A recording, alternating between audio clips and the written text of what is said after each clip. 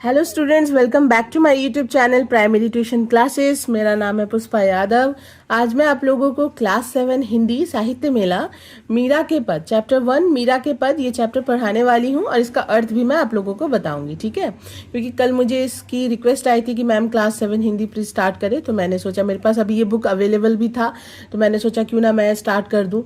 तो चलिए, सबसे पहले है मीरा के पद, मीराबाई। पहले उनका जीवन परिचय हम लोग पढ़ लेते हैं।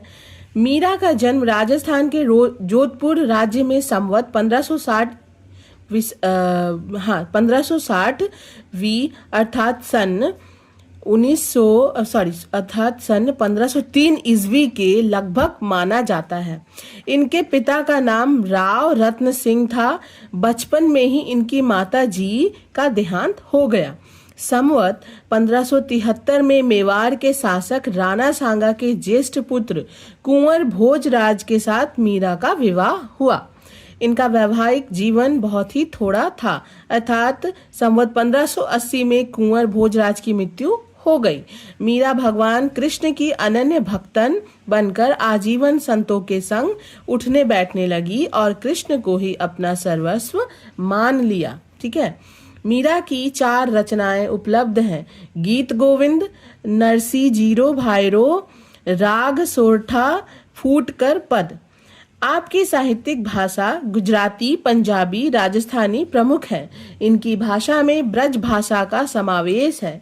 इनकी भाषा में सहजता, सरलता, कोमलता और स्पष्टता आदि गुण विद्यमान हैं। मीरा जी की मृत्यु संवत 1603 विहंत के लगभग मानी जाती है। मीरा ने इन पदों में कृष्ण के रूप, सौंदर्य, भक्त मुक्ति एवं कर्म के फल का बड़ा ही मनोरम वर्णन किया है। तो चलिए, पहला पद क्या है हम लोग पढ़ते हैं और मैं इसका अर्थ भी आप लोगों को हिंदी में समझाती हूँ। बसो मेरे नैनन में नंदलाल, मोहिनी मूर्ति सावरी सूरती, नैना बने विशाल। मोर मुकुट मकराकृत कुंडल, अरुण तिलक दिए भाल। अधर सुधारस मुरली राजती, उर बैजंती माल। क्षुद्र घंटिका कटी तट शोभित, नुपुर सबद रसाल। मीरा के प्रभु संतन सुखदाई, भगत बछल गोपाल। यह अर्थ मैं यहाँ से लेके यहाँ तक आप लोग को पूरा बताती हूँ कि मीरा कह रही है, हे नंदलाल, मेरे नैनों में बस जाइए। आपकी मोहिनी मूर्ति अद्भुत और मनमोहक है।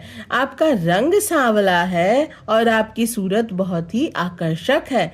आपके नेत्र विशाल और सुंदर है। सिर पर मुकुट शोभा पा रहा है और कानों में मकराकृति कुंडल है।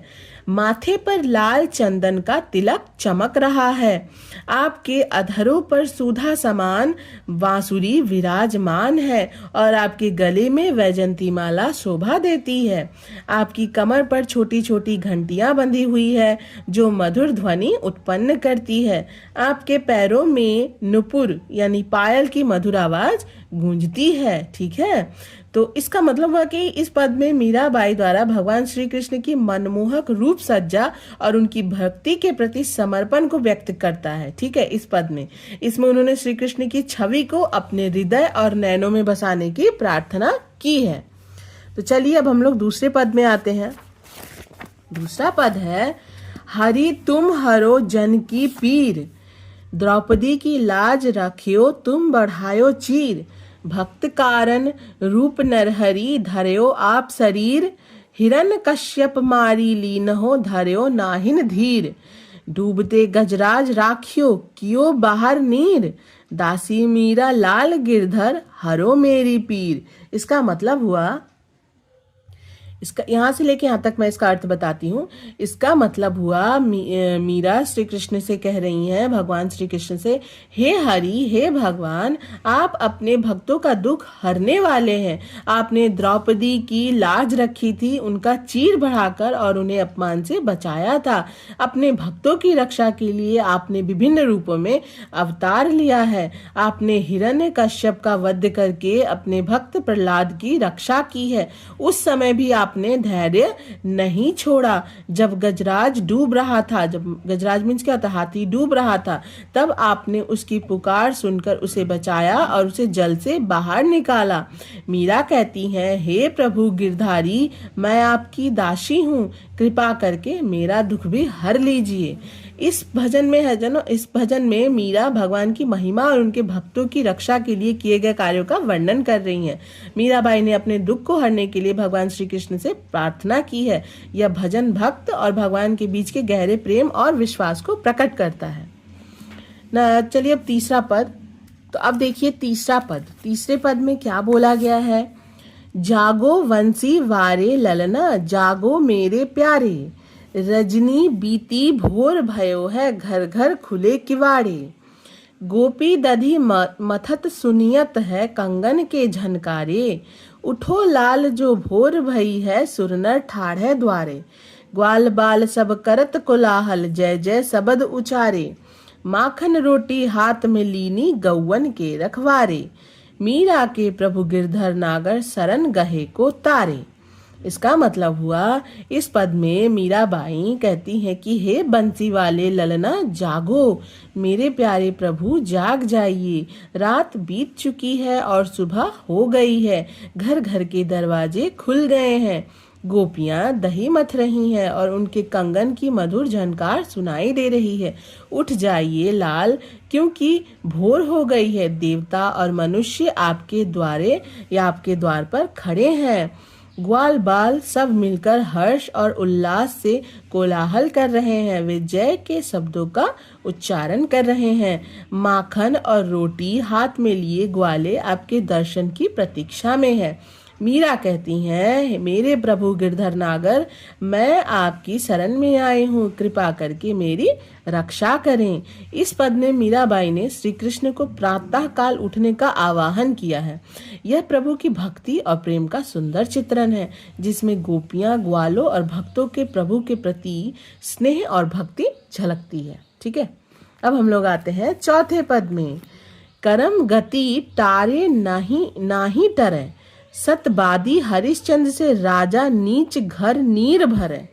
5 पांडु अरु कुंती द्रौपदी, हाड़ हिमालय गढ़े, यज्ञ किया बलिलेन इंद्रासन से पाताल धरे।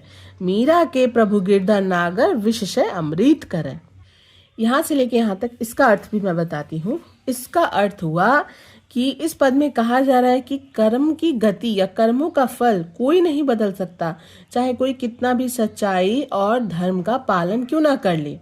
यहाँ तक कि सत्यवादी राजा हरिश्चंद्र जैसे महान व्यक्ति को भी कष्ट सहना पड़ा है, कष्ट सहने पड़े हैं। उन्होंने एक नीच कुल में जाकर पानी भरने का काम करना पड़ा है उन्हें।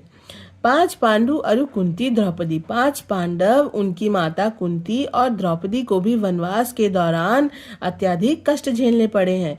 हिमालय जैसे स्थिर पर्वत भी समय के प्रभाव से टूट सकते हैं। बलि ने यज्ञ किया, लेकिन फिर भी उन्हें अपना इंद्रासन छोड़कर पाताल लोक जाना पड़ा।